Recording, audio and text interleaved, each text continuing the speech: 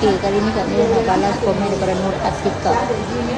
Nur Atika, kau orang mana? Aku nak tanya ni, kau orang mana? Kau faham tak apa maksud tu? Minta dengan mohon. Kau faham tak?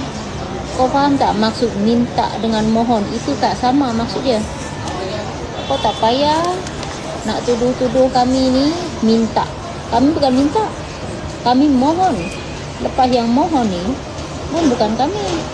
Yang mohon ni suami kami, pasangan kami yang warga negara. Yang meluluskan ni warga negara, yang meluluskan ni Jabatan Malaysia yang meluluskan. Kami bukan minta, kami mohon. Bila mohon syarat mencukupi, semua dah cukup, baru diluluskan. Bukan minta. Wah, kau ingat aku senang-senang nak minta? Aku nak minta IC, ingat macam tu kah? Cuba kalau bercakap tu pakai otak sikit. Kau faham tak pakai otak? Kau faham tak pakai otak? Lepas tu, kenapa suami kami, pasangan kami ni, suami kat isteri tu yang warga negara tu, mohonkan untuk kami? Sebab mereka tahu bila mereka tua nanti, siapa nak jaga? Bila mereka sakit tu, nak suruh kau jaga lagi kami? Nak suruh kau jaga lagi kami ke?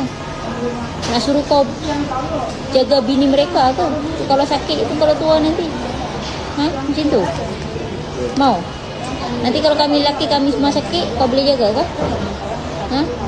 Lepas tu lelaki kami semua mati semua, kami tak ada IC, lepas tu suami pun tak larang nak sambungkan visa untuk kami. Kau boleh jaga ke lelaki kami tu? Boleh? Yang kali cakap tu guna otak tau. Manusia ni dia Tuhan bagi kita akal dan fikiran. Okay? So kalau boleh tu bercakap biar gunakan otak. Faham otak?